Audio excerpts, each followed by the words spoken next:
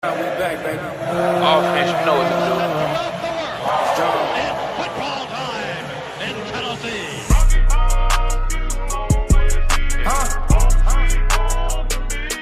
it, bro.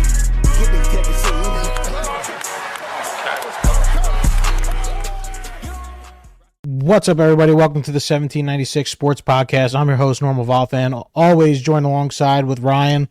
We're here to talk some, Tennessee sports, but I'm going to toss it to Ryan real quick. Yeah, what's up, everybody? Little off-season edition. We're in the dead area, but we got a new sponsor for everybody. University Traditions, coolest gear. No matter if you're a fan of Tennessee or not, sent me and Bryce a couple of hats that are badass. We will link them in the podcast description. And shout out again, University Traditions. Thank y'all. All right, well, let's get right into it. Tennessee baseball, coming off national championship. Obviously, everyone knows that. But, Texas A&M lost their head coach. We already talked about this in the last podcast. But they did shoot their shot with Tony Vitello. I mean, they gave him a blank check, whatever he wanted type thing, and he shut it down. Ryan has more information on that. So, Ryan, what you got? Yeah, I mean, we and then the group chat, Jim, with me, you, and Bryce, I said they're going to try to offer Vitello, and they did, and it's very reputable because Kendall Rogers from D1 Baseball reported it, so pretty reliable source there. So I mean, and I don't blame them because he's the best coach in college baseball. It's indisputable at this point, but Tony said it at the championship celebration, like loyalty is the most important thing to him. And I think we've talked about it ad nauseum at this point. He's building something at Tennessee, and he was not going to leave it yet. Yeah, I mean, he said you're either a Vol or not. I mean, and after that statement, I mean, if you're other than the whatever Schossenberg or whatever his name is, other than that snake, I mean, no coach is going to leave the program after saying something like that. So, huge to see him turn that down. I mean, either way, we both know, everyone knows Tennessee would have matched whatever they gave him. Yeah. But Tony's not going anywhere. I think the only place Tony's going to go is the majors, and that's, I think, way in his future, which he's 100% able to do. I mean, the guy is a great coach, great baseball mind, but I think he's going to be in Knoxville for a long time, and this is just the beginning. And we've talked about it before. I mean, we've been really spoiled as Tennessee fans lately, and Tony's one of the reasons why. And we're about to talk about transfers coming in and potential transfers, coming to Tennessee to fill those gaps because, like you said, we're losing a lot of players potentially. So Tony's done a great job at reloading every year so far, and I don't expect that to slow down. No doubt. And I guess we can just go ahead and hop into it. I'll start with the bad news first. I mean, a lot of these guys didn't see much playing time this year, but Tennessee did have 8 players leave the program. Most notable to me is Robin Villeneuve. He flashed some power at the beginning of the season, but strikeouts were his Achilles heel. Jim, what do you think about that departure? Well, I mean, I love Robin Villeneuve. I think he was always the first one out of the dugout. He was, the guy cheering on his team even though he wasn't playing. But like you said, I mean, the non-conference games in the beginning of the year, he was destroying the ball. He was playing really well. He got the SEC play, and it was like a strikeout machine. No hate to him. I hope the best for him. But yeah, it's like he got the SEC play, and it was just a different guy. But you know what? This is where, like I just said, Tony's got to reload. This is one of the guys we're going to talk about leaving the program. But, like I said, I hope all the best for Robin, but it is what it is. Yeah. And I guess the most notable other position player was Brad Laurie. Solid. He was okay. I mean, he was a reserve player, obviously. He got a start against Evansville in game 2, the game me and you were at, Jim. The head scratching lineup decision there, but I mean, He had a double that game. yeah, I mean, he showed flashes, but I never just thought he was incredible, and apparently this coaching staff didn't either. But again, it's not something that I'm fretting about losing Brad Keylori. Well, he wasn't going to play this year. I mean, like I said, another guy. I liked his attitude. He played, hard every time he got to play. But with a guy like Antigua, Dean Curley's, I mean, he played good this year as a freshman. I expect him to, even kill it even more next year. But you got those guys, and then you got the Louisville transfer, Gavin Killen, coming in, which should be. I mean, you could flip flop it either way. I mean, he could play second base or shortstop. Most likely, probably going to play shortstop, because I feel like Antigua is just a better kind of vibe at second. I don't know if you agree with that, but like I just think the smaller, faster kind of guy being at second would make more sense. Mm-hmm. And it all depends on his bat because we didn't really. I'm not taking anything out on Antigua because he didn't really get a consistent chance to show us his bat this year. I mean, he got chances here and there, but I mean, as a baseball player, when I played in high school, when you don't get to play often, hitting the cages is different than real gameplay. So when you don't get in that rhythm, you don't get to get comfortable in the box. So we'll see, but I think Antigua's going to be a starting infielder somewhere. The dude is a defensive wizard, so they'll work him in even if he's at the bottom of the lineup. Yeah, I think Antigua's primed to have a big season for the Vols. I mean, it's like you said, it's hard to get in a rhythm when you don't see the at-bats consistently, but the rest of the transfer is really a slew of pitchers that just didn't get enough of a chance because they probably didn't produce to Frank and Tony's expectations. Derek Schaefer, freshman. Matthew Dallas, freshman. Wyatt Evans, not a freshman, but he was the guy everybody heard about before even last year started. Mm-hmm. Yeah. And the injuries just plagued him. I mean, 6'6", 250-pound left-hander just has never gotten that arm right at Tennessee. He ends up transferring to South Carolina, which that's the one that's the most disappointing to me, Jim. What do you think? I mean, it is what it is. Like I said, though, I mean, it is disappointing, especially losing a lefty arm. But Tony and Frank, they're just going to reload. I mean, there's plenty of guys on the portal that have nasty stuff, and they're definitely going to get their hand in the pot. I mean, they got a couple guys. I mean, they got the guy from Kennesaw State, Tanner Franklin, 4-1 record out of 27 innings last year, 5.6 ERA. But I mean, the kid throws 99 miles an hour. I mean, obviously we know Frank and them love that. Mm-hmm. So you got that for us, and then they also got a couple left-handed pitchers coming in for a visit this week potentially, with Liam Doyle and Fisher from Florida. They're going to get their guys.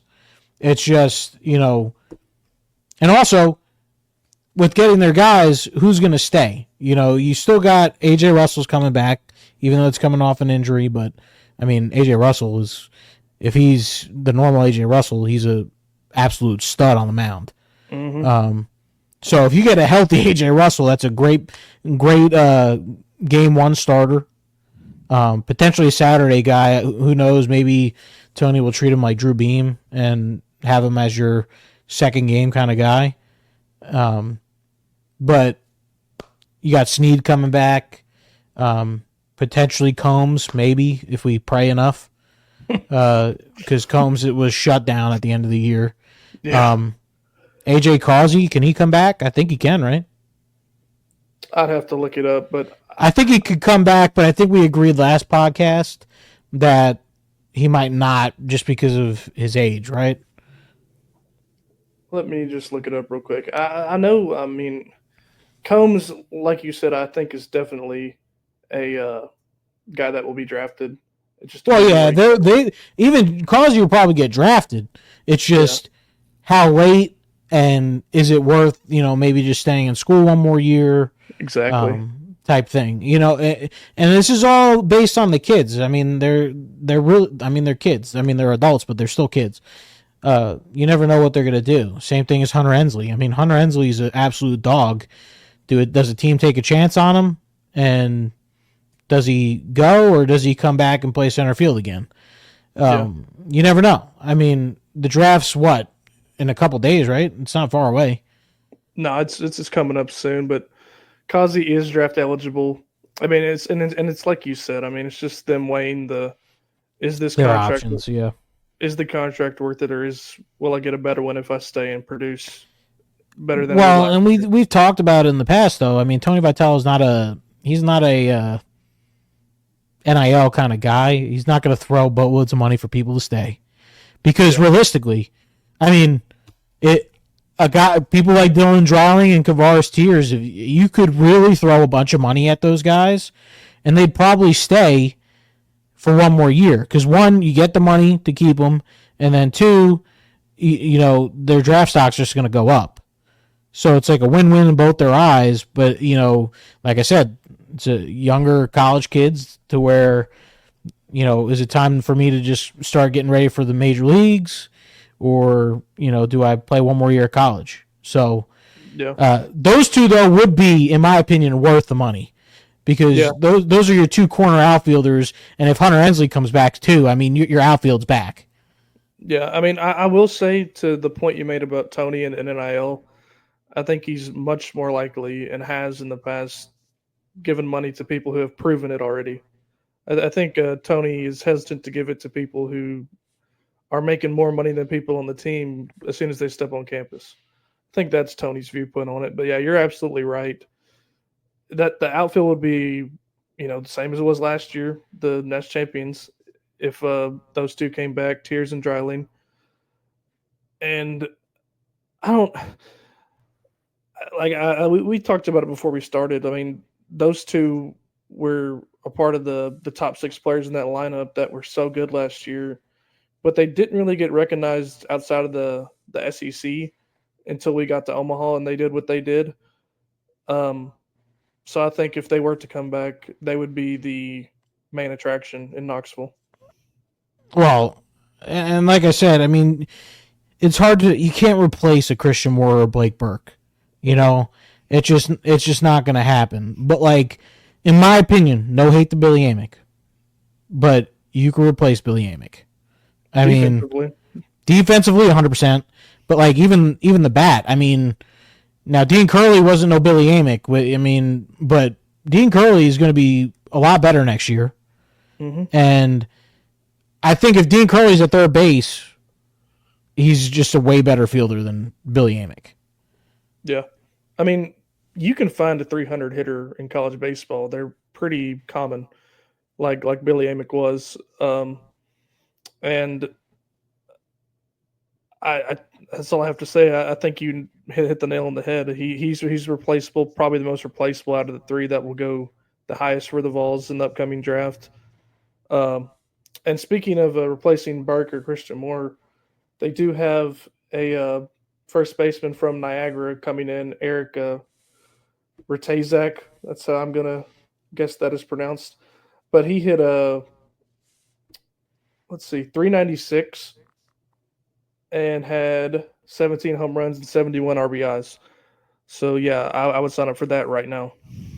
Yeah, and like I said, you can't really replace Blake Burke, but that's a good option to put at first base, in my opinion. But and here's the deal: we've talked about it before. I mean, yeah, we won the national title. LSU won, the year prior. Look at the year they had.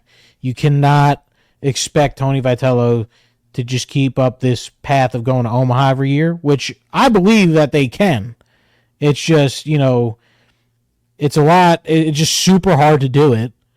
And we'll see. I still think a lot of people still have the Vols in their Omaha 8. But like I said, it's hard. It's hard to win that. So we got to go in expecting, not the same result. I mean, yeah. I mean, I think Tony is we've already said it in this episode. He's the premier coach in college baseball. I think he's entirely capable of making it to Omaha every year, but to expect the national championship every year is just delusional. But if there's one coach who could go back to back, it is Tony and the Tennessee Volunteers. Yeah, and I want to go back to the one guy I was talking about that could potentially be a replacement for some pitchers this coming year is Cade Fisher from Florida. I mean, the kid is a sophomore, 6'4" lefty, and he did pretty well this year. I mean, for the most part. He went 4-3. He started 9 games, almost 60 innings pitched. Let's see, his walk to strikeout ratio is okay. So, I mean, you got to have these arms, and I mean, SC arms or SEC arms. I mean, Florida's a really good baseball program, and I would always take players from Florida. I mean, yeah, they're not bad players if they're playing in Florida. Yeah, with Cade Fisher, left-hander out of Florida in the portal, he was a freshman All-American in 2023, and Florida did get to the final series last year. So he had a down year last year just based on what the numbers tell you. But I think if Tony and Frank get a hold of him, he could be a stud out of the bullpen or wherever they decide to use him.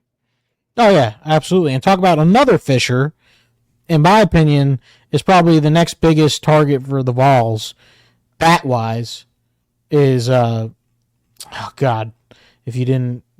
Fisher. And the game I went to 2 games against Ole Miss this year, and dude knows how to rake. I mean, dude could hit. It's just another big bat that I think Tony's going to get. Him and Liam Doyle probably going to commit to the Vols after their visits this week. That's just my opinion. I mean, Tony's pretty solid on getting guys after visits. He has a good track record of that. Fisher did play third base last year for Ole Miss, and he was second team All SEC. So if you wanted to keep Curley at shortstop, there's your option. Well, yeah, you could go with an approach thinking, because look, Christian Moore was a bigger second baseman. You could flip-flop those guys. That's actually interesting. I mean, what would you do? I mean, Fisher, I'd put Fisher at third.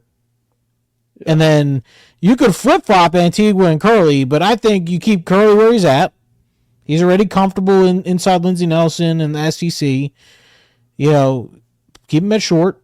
There's nothing ever wrong with the big shortstop. You've seen a couple plays from him this year just making jumping catches, being that he's so tall. And Antigua at second. I mean, and like you said, the guy from Niagara at first, I mean, that's a solid infield. And you got Cannon Peebles behind the plate. I mean, yeah, and that's without even talking about Gavin Killen. So, whoa, go back then. I totally went over my head with that. I mean, what do? You could put Fisher at first. Does he play first? Normally, if you can play third, you can also play first. Well, right, but then the kid from Niagara, if he's up for being a DH, that's a good DH right there. Yeah, I mean, and these are just the possibilities you have to think of when you have people wanting to come to your school. This is a good problem to have. Yeah, I mean, Tennessee's got a bunch of talent. I mean, they also got Stone Wallace, too. I mean, I think he's going to see some playing time behind the plate next year. Mm-hmm. Yeah. Might be kind of like what Peebles did this year. You know what? I like Peebles a lot. He has really good at bats. We know he can hit the ball. I just think, again, Cal Stark was just excellent behind the plate. I mean, it's hard to give a guy playing time when Cal Stark's doing what he's doing behind the plate defensively. I mean, it's like I said, it's just I guess it's not really an issue. It's the situation you find yourself in when you are a desirable program and you're coming off a national championship. So we'll see how it all shakes out. You got anything else on baseball, Jim? I don't think so. Not right now. I mean, we'll probably talk more next week after maybe we get a couple more commits coming our way.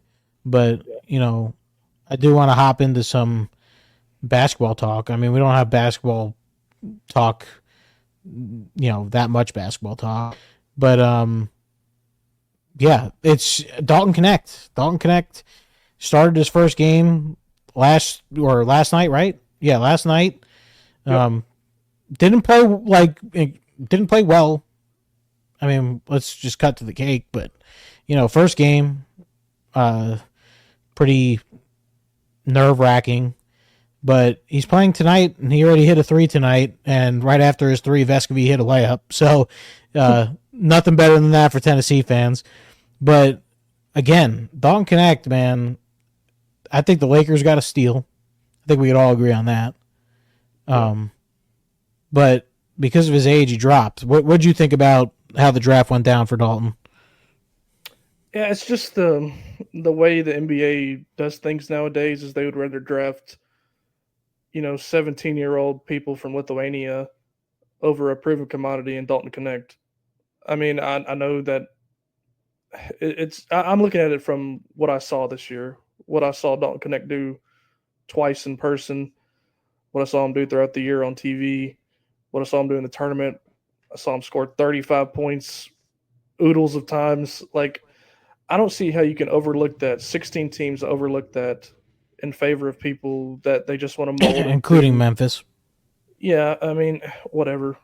Uh, Memphis, yeah, they needed a center, but there's better centers than that available. Whatever. But it's just these teams want to draft the next Luca or the next Victor Wembanyama or the next Giannis instead of looking at a guy stateside that has proven it on a bigger stage than what they are doing across the Atlantic Ocean. Yeah, and like you said, Dalton has proven against really good basketball teams that SEC is no joke. And even in the tournament, he played really well throughout his career at Tennessee. We only got him 1 year, and like I said, now he gets to go and learn from LeBron James, Anthony Davis, two of the best players in the whole NBA. LeBron James is one of, if not the best basketball player of all time. Dalton Connect gets to learn from him. I'm happy for Dalton. I think he got a really good spot in a team that could contend for a playoff spot next year. So, Dalton's not going to see a crazy amount of playing time, but I think this year he could be a big role player, especially with how JJ Redick's going to run the floor and get spot up shooters open. I mean, you couldn't ask for a better situation for a guy who is lights out from three, for a guy who has the size to play in the NBA, than the best passer of all time, argue with the wall, and your head coach is one of the best 3-point shooters of all time. So he's going to get open looks.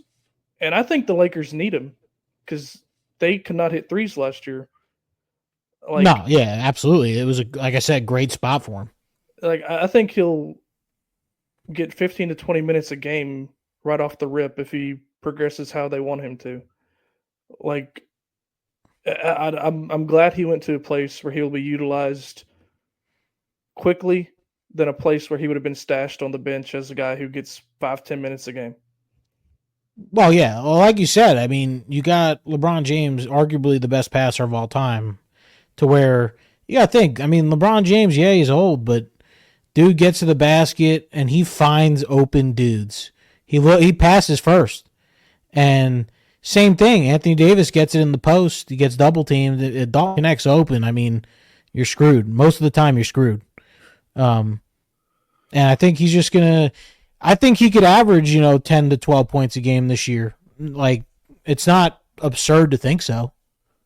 No, I mean, again, I can understand Reed Shepard being drafted ahead of him because he's younger and he's done it stateside. I can understand Rob Dillingham being drafted above him. These two players that I watched play and play well against Tennessee, I can understand big men going to places where they needed a big man and Connect wasn't the right fit. I can even understand that in Memphis, even though I thought there was better centers available. But to the teams that needed a shooter, a big body on the perimeter or on defense or whatever, a guy who can get to the basket, I just don't get it. I just don't get why you wouldn't have drafted Connect. But again, I think the Lakers is one of the best landing spots for him. Yeah, I mean, I said that even in the group chat we're in during the draft night. It was either if he didn't get those early bad teams to where he could have been, the guy in a couple of years, he could still do that as a Laker. I mean, LeBron James got probably 2 more years max. He'll be gone. Anthony Davis is getting old. You Yep. know, he's going to have to be. And like I said, he gets to learn behind these guys. Learn some of the stuff behind some of the greatest ever. So it's gonna be interesting. I think Dalton's gonna be fine.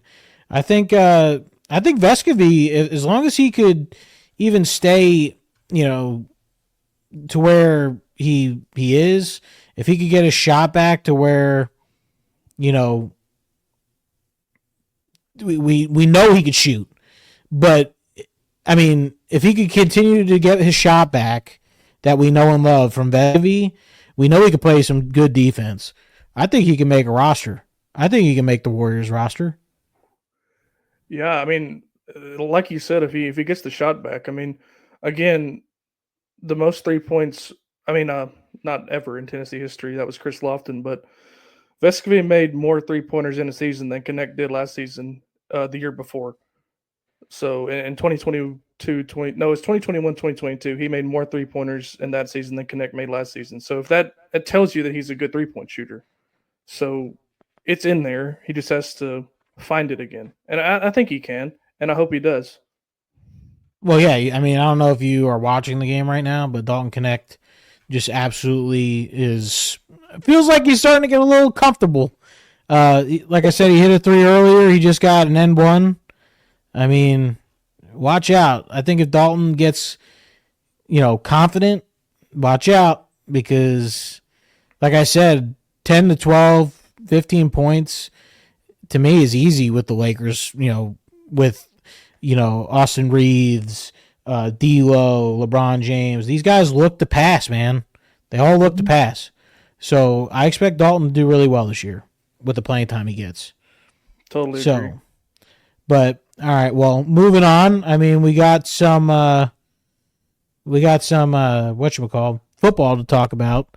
Nothing serious. I mean, we haven't had super huge commitments going on so far to be relevant to talk about lately. But we have a guy coming in from Georgia. I can't remember his name. I don't know if you have it, but he's committed to Georgia right now. He's a top 15 linebacker in the class of 2025. But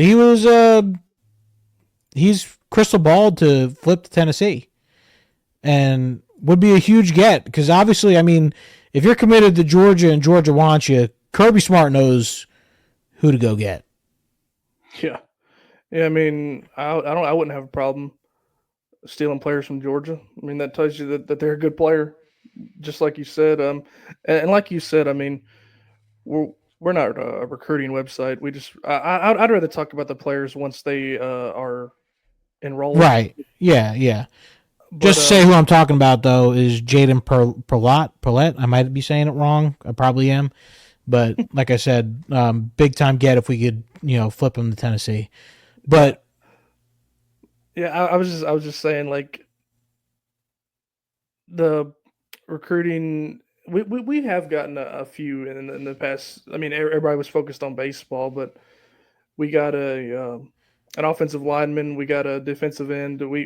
We've picked up some players in the last couple of weeks, but the big fish right now to everybody is David Sanders. yeah, if you could land David Sanders, this class is going to be, it'll easily be a top 10 class, in my opinion. But they're not done yet. There's a lot of guys that I expect Tennessee to get on the board with. But like you said, we're not a recruiting website. We just love to talk, about guys that already committed because there's a lot of studs that already have. But what I want to talk about football is the SEC as a whole. I mean, do you have any like hot takes for this year as, other than Tennessee? Because I mean, we could talk about a hot take. What's your hottest take for Tennessee football this year? The offense will be just like it was in 2022, like a light switching back on. simply because Nico will be at the helm. I mean, I don't disagree with that. I mean, he's a top 5 Heisman candidate right now for Yep. a reason. I think a lot of people in Vegas think that he's going to be a Hendon Hooker type. He could be better than Hendon Hooker. I mean, he's got the attributes to do that. But that's not really that hot of a take, to be honest. But here's my if that happens, to my how does Tennessee not win? How do they not win 10 games if they're playing like that with the defense? The only part of the defense I'm worried about is the defensive backs. I mean, you have an elite defensive line. You have good linebackers. Keenan Peele is going to be. He was a stud last year before he got hurt. We only got to see him for 2 quarters, but the dude's a menace. He's a leader. You have a defensive end and James Pierce running as fast as anybody in college football last year on a interception return. Like I think James Pierce. Oh, here's a hot take. James Pierce could win the Heisman. Ooh, that's a spicy take. I mean, it's not out of the realm of possibility. I mean, just imagine if he gets 15 to 20 sacks and he wreaks havoc in the run game and picks up a few big plays, maybe even score another touchdown or maybe an interception here. Like, I mean, you got to talk about it. It's happened before. I mean, Ndamukong Suh was one of the finalists 15 years ago. And as a Tennessee fan, the only one to ever win it as a defender was complete and utter bullshit. So why not? I mean, that's a good hot. I'll take that. My hot take for Tennessee football this year is going 11-1. I mean, if the offense is like what you just said, I'm not saying it's going to be. I think the offense is going to be better than last year. But I think Tennessee can absolutely go 11-1. I mean, if everything goes perfect, I think it's not out of the realm of possibility. I just they could beat everybody. I just think the only automatic loss, in my opinion, is Georgia. Yeah. I mean, Georgia's losing a few, but we all know they'll have people waiting in the wings. We know they do. But going to Athens, I agree, would put that on the less than 5% win chance. I mean, the loudest game in that stadium this side of the 21st century was the game 2 years ago. So they obviously are excited to play us whenever we go down there. But like you said, every other game, Tennessee can win. Yeah, I mean, everyone talks about, like, here we go. We talked about Tennessee baseball was the number 1 seed. No, they ain't going to win it. There's a curse. There's a jinx. The jinx is over. The jinx is over. Alabama don't give a shit. I don't give a shit. They could beat them. They could beat them no problem. It's at home. They could beat them no problem. You just got to play the ball you can play. Florida, they could fucking beat them. Excuse my language. They could beat them. Oklahoma, you could beat them. I mean, all these tougher games, and don't sleep on Kentucky this year. We're going to beat Kentucky. We always beat Kentucky, but don't be sleeping on them. Don't be sleeping on them. It's at home this year, so I just don't see us losing. It's just Tennessee is a sleeping giant this year. A lot of people are writing them off as, they're going to be a mid-tier team. What happened to Missouri last year? No one thought Missouri was going to be what they were. Mm-mm. We didn't. We didn't. We all thought, we're going to roll Missouri, all this, we're going to do that. I think Tennessee is going to be the Missouri from last year. I mean, nasty defense coming back. Like I said, if the defensive backs can just be average, I just think Tennessee, man, they could do some crazy things this year, and a lot of people aren't talking about them. Yeah, I mean, I always say this. I mean, I can see both sides of this argument I'm about to pose here, but I would almost rather be the underdog. We weren't even ranked at the start of 2022. We went into last year ranked and we went 8-4. We're going to be ranked to start the year, I think, in the mid teens. But I think this team has the top 10, top 5 potential, which would put you in the playoff. So, like, I think the goal for this year should be to make that 12 team playoff, the inaugural 12 team playoff. But I would go as far as to say if you don't make that, the season is a disappointment.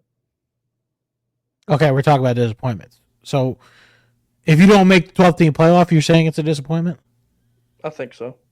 Because Really? well, you have Alabama at home, you have Florida at home. You have one guaranteed loss, and I think you can make the playoff with 3 losses. So so you're saying if Tennessee goes 9-3, you could see them sneaking in.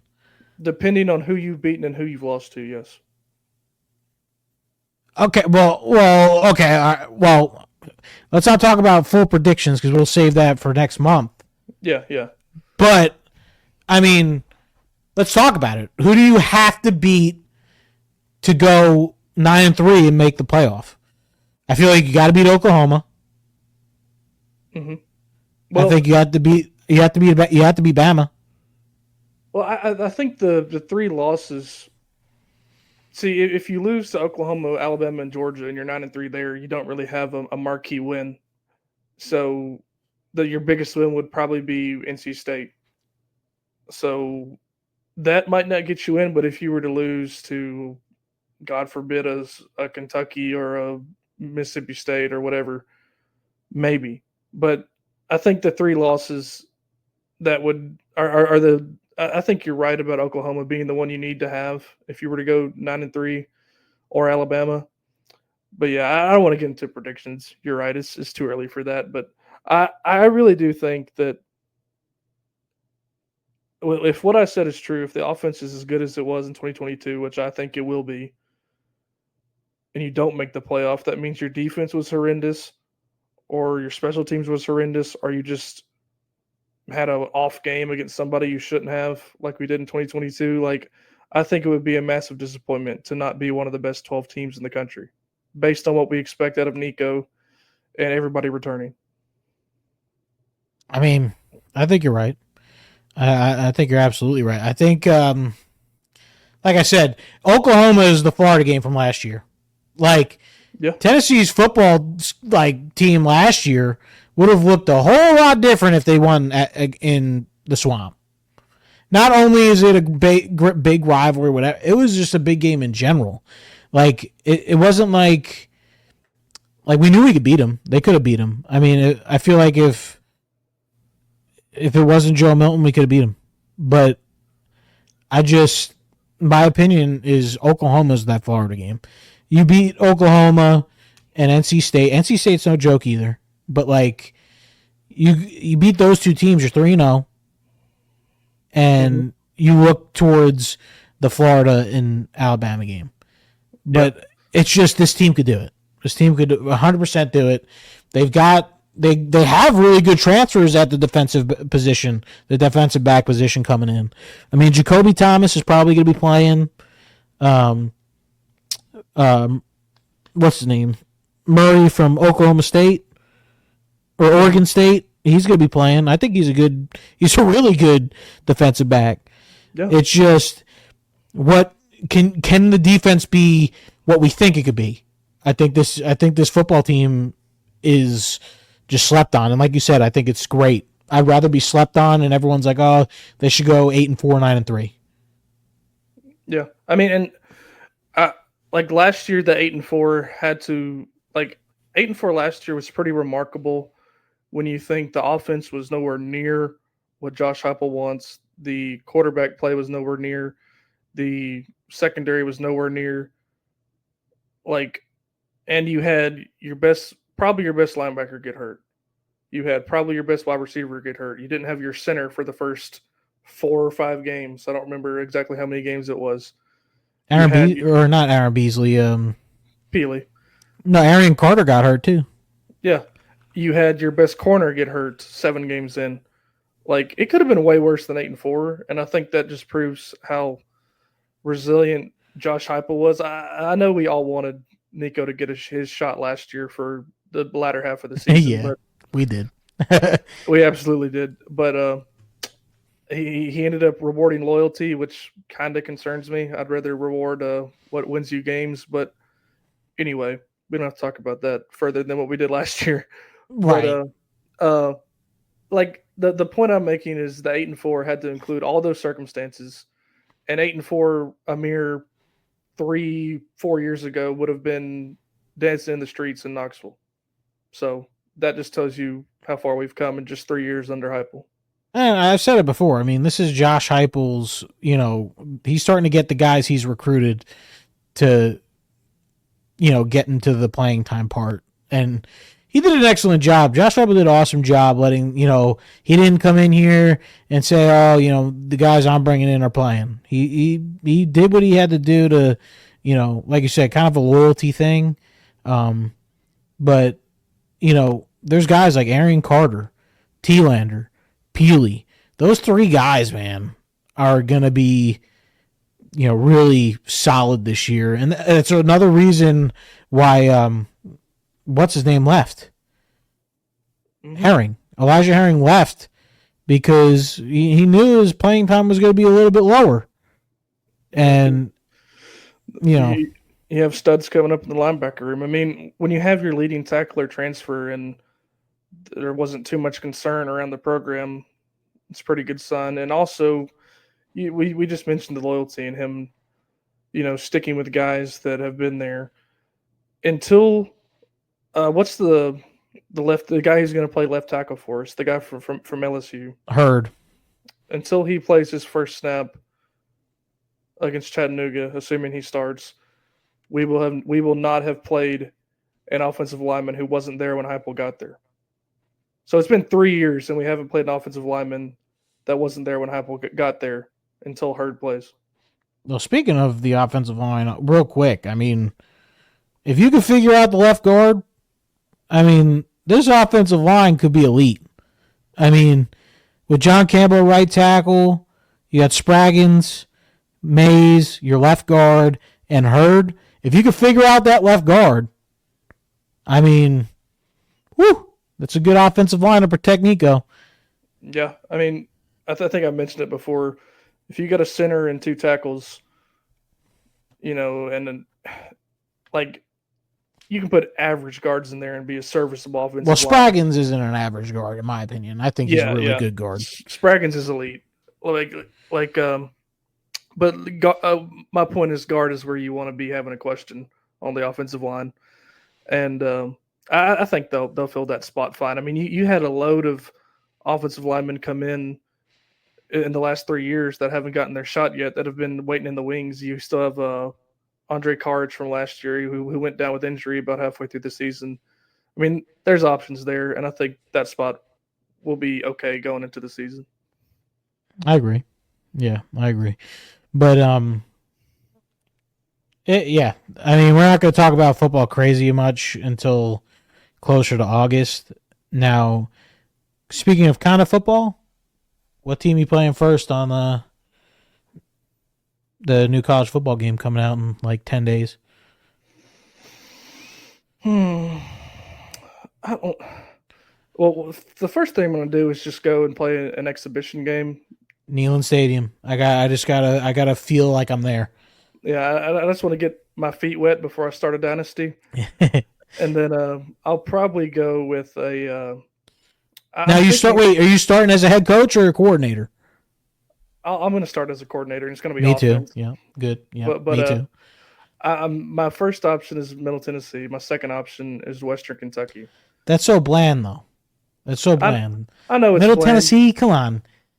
I know, but I've been to Middle Tennessee's campus a lot, and it's a solid school. I took a few summer classes there, so I want to get the Blue Raiders some notoriety. Listen, I'm starting my career off. I'm going offensive coordinator at Kennesaw State. Okay. And then I'll probably be a coordinator there only for a year, and I plan on taking the offensive coordinator job at Liberty. Okay. I'm going to coach there for a couple years, and then hopefully get a head coaching job in like maybe the Big 12, Big 10. But I'm not cheating. I ain't going straight to the SEC. If I get a coordinator job in the SEC, I'll take it. But I'm just saying, a head coaching job, I'll probably try and snag, one of the smaller conferences, maybe the ACC, low tier school type thing. I got you. But my overall, obviously, I want to work to get to Tennessee as a head coach. Yeah, that's I think the main goal for a lot of Tennessee fans in the upcoming game. I mean, go ahead. 5-star quarterback, baby. I'm coming in hot. I don't care if I got to sit the bench the first 2 years. Yeah, I mean, the hype around that game is, I mean, it's more than any game I've ever seen coming in. I know they made some silly decisions. Another organization. Nico 85 overall. Like, get out of here. Get out of here. Just another underestimation of the Vols heading into this season when you have damn Colorado ranked in the top 15, but whatever. But their defense is rated like 85. And their defense was hot dog water. Yeah, didn't Caleb Williams put up like 50-something points against them? They let Stanford come back from like 30 points. Oh my God, that game was nuts. I remember watching that game. Because I remember I bet on flipping Colorado and they choked it. I remember I went to bed. I went to bed. Screw Colorado because they were up like 20-something and their spread was at I think it was like 21 exactly. Yeah. And I went to bed and I'm like, oh, they're going to blow them out. Wake up and they lose. I was like, get the hell out of here. God. They're spinning plates and juggling over there. It's a circus. But hey, here's a conspiracy theory before we get off here. I think EA is doing it on purpose. They know what to do to get views. I mean, think about it. LSU not being the number one hardest stadium to play in. Got LSU fans riled up on Twitter. Mm-hmm. Tennessee not even in the top 10. Yeah. Got us riled up on Twitter talking about the game. Tell me that ain't a great ploy to get people to talk about the game. I mean, it's brilliant, in my opinion. The number one way to get clout on social media is say something bad about the Tennessee Vols. Because your ass will get drugged through the mud. I mean, now, we are rabid, though. I mean, it's just, it's bad. But yeah. Anyway, that's my little conspiracy theory for the day. Dalton Connect's playing really well today, so I'm happy about that. Hell yeah. Anyways, I think that's it for this one, isn't it? Yeah, I think so. It's the summertime. We're grasping for content, but we're doing our best. Grasping. We're grasping. We're grasping anything we could grasp at this point. But little hot take before we get out of here. Arian Carter is going to be the best linebacker we got this year. That's all I'm saying. Don't disagree. But no offense to Peely, because I think he's going to be great too. T-Lander, you're a beast. But Carter, I think, is out for some get back after getting hurt. But Tennessee Vols going undefeated, winning the national title. Hate it for all you Georgia fans if you're listening this long. But go Vols, baby. Go Vols.